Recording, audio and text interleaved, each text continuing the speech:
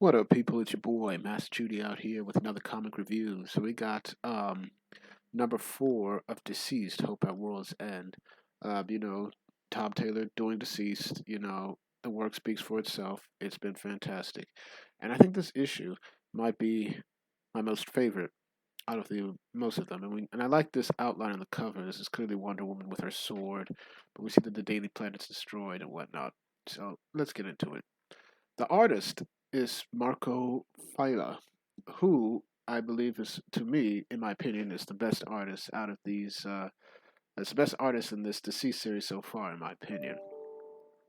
So we go to there's a massive fortress in Korak that was said to be built by giants. It wasn't, but it's a nice story. And we just see the Airy, who we see with Wink, basically. These are Tom Taylor's creations, and it's not bad to add them to the story. So they're looking for sanctuary, and they because their whole home has pretty much been destroyed, and she's and basically, Wink is telling Ari that you need to rest. You're exhausted. He's like, I won't. He's saying like, what's exhausting is I have to constantly explain I'm not resting until you're safe. So obviously he cares about this girl and whatnot. So they finally reach sanctuary, and it's heavily defended. Uh, Raza Kata of the Manticore made it their mission to stop anything from entering. But Wing teleports in. It's like no one breached um, Jotunheim's walls in decades, but records are made to be broken. So as they're about to attack, Wink is like, "Hey, please, we've traveled for days. We only want shelter. We can help you." It's like, also, if I wanted to, I could have already teleported you outside the walls where you'd be hitting the ground right about now. So they get sanctuary. So meanwhile, the Fortress of Solitude, everybody's here. We see Cassie, Wonder Woman, the gathering of surviving heroes, and we see that most of their thoughts are those who not survived. And there we get Kid John.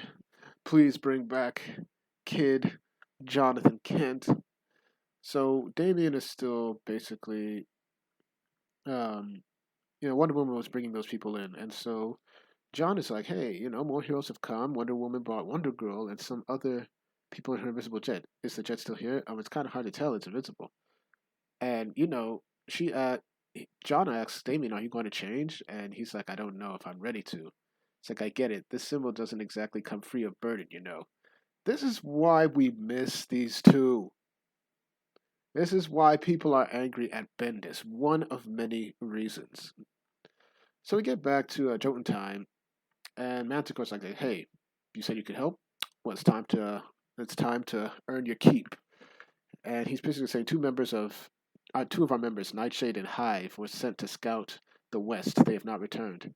Hey, the area just flew 3 days straight. Give them a few. Okay, give them a few. It's okay, Wink. It's like we will search for them. We'll search for them. The Manticore. It's like I think the tail is some. It's like I think the tail is part of some kind of suit. But I mean, the lion face is real, right? How's that even happen to a person? And he's like, I have wings. And it's like, yeah, that's a good point. Now, this is my only complaint. This is kind of a derpy face, but Superman comes in and says, "Hey, I made you tea, Alfred." And Alfred's like, "Well, dang, I'm not used to people waiting on me. We also miss you too, Alfred." And Superman's like saying, "There are no masters here." And he calls him Master Kent. "There's no masters here, Alfred. Could I have a word with Damien?" "Of course. I'll leave you to it." And so we see a nice heart-to-heart conversation. And I know Superman has had this conversation with Damien before, and he's like saying, Damien's like, "You should be out there." It's like, "John convinced me this was important. I thought a man who can leap tall buildings would be above nepotism. And I thought so much cynicism couldn't fit into a 12-year-old. Bruce believed you deserved this, and your father was almost always right, often irritatingly so." And we just see Damien's like saying, Bruce wasn't always right. Of course not. When you're young, fathers are rarely ever right. And then we grow older, and we realize that they were trying to protect us, what they're trying to protect us from. I liked your dad. He was old school. Jonathan Kent was as genuine as he seemed, wasn't he? And that's what Damien said. And Superman's like, "Yeah, he was. I'm really sorry about what happened. Are you okay?" And Superman was like, "It's like, yeah, I'm fine." It's like, "You're a good young man, Damien." and the right choice to take up the mantle. You shouldn't be afraid. It's like, but I'm guessing it's not actually the symbol that scares you. And he's like, no, no. And he says, like, if I put on his suit, it really means he's gone, which is kind of sad. It's like Bruce became a hero because he lost people he loved. He fought every day to stop that from happening to others. The world needs that more than ever. I believe the world needs you, Batman. Oh my gosh. Now that is some classic. Look at Tom Taylor writing some serious A1 dialogue right there.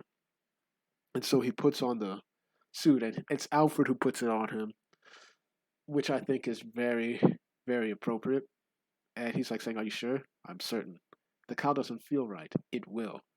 I don't know. Do I look stupid?" "No, Master Damien. You look like your father."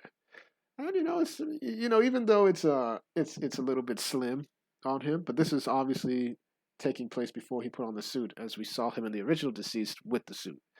And so this is a momentous occasion. It makes it look very good. And Superman, John, and Alfred looking proud. And the world had a Batman again. We were going to need him. So we just see Wink and the Airy do some scouting, of course.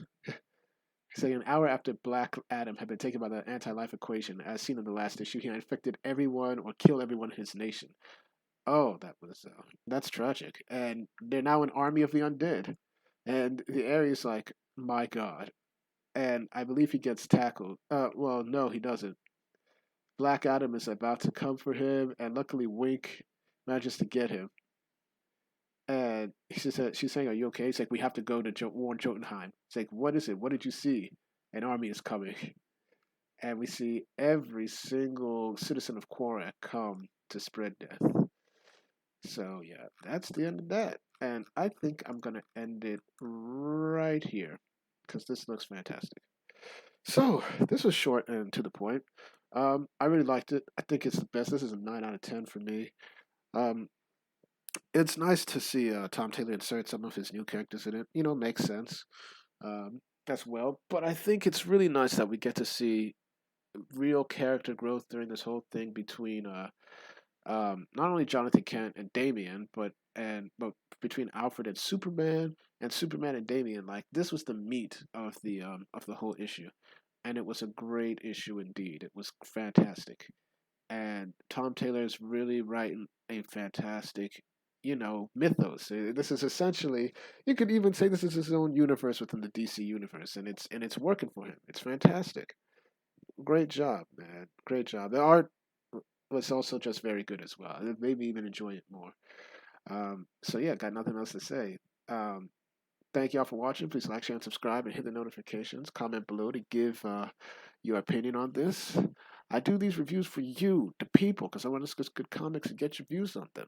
Thank y'all for watching, and hopefully I'll have more videos up when I can. Peace.